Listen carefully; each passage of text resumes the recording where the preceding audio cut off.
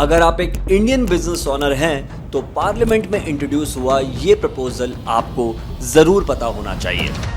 Apple, Foxconn और उनके जैसे ग्लोबल इलेक्ट्रॉनिक मैन्युफैक्चरर्स अगर इंडिया में अपने आप को एक्सपेंड करना चाहते हैं तो उन्हें सरकार से सिर्फ एक ही चीज चाहिए होती है, वो है policy certainty.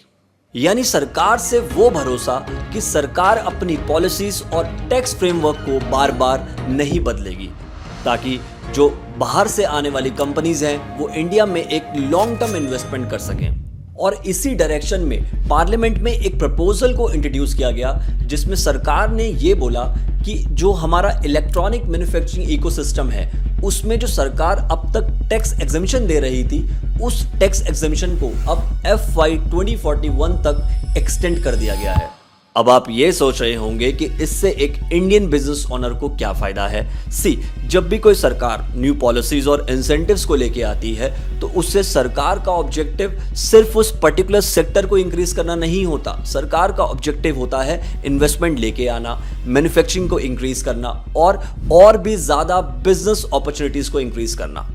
And do you know, जब भी ग्लोबल कंपनीज इंडिया में ज्यादा इन्वेस्टमेंट करती हैं तो उससे सिर्फ उनकी फैक्ट्रीज ही नहीं बढ़ती, उसके साथ साथ इंडियन सिस्टम में सप्लायर्स की डिमांड बढ़ती है। लॉजिस्टिक, पैकेजिंग, वेयर हाउस और सपोर्ट बिजनेस अपॉर्चुनिटीज जो हैं वो और भी ज्यादा इंक्रीज हो जाती हैं।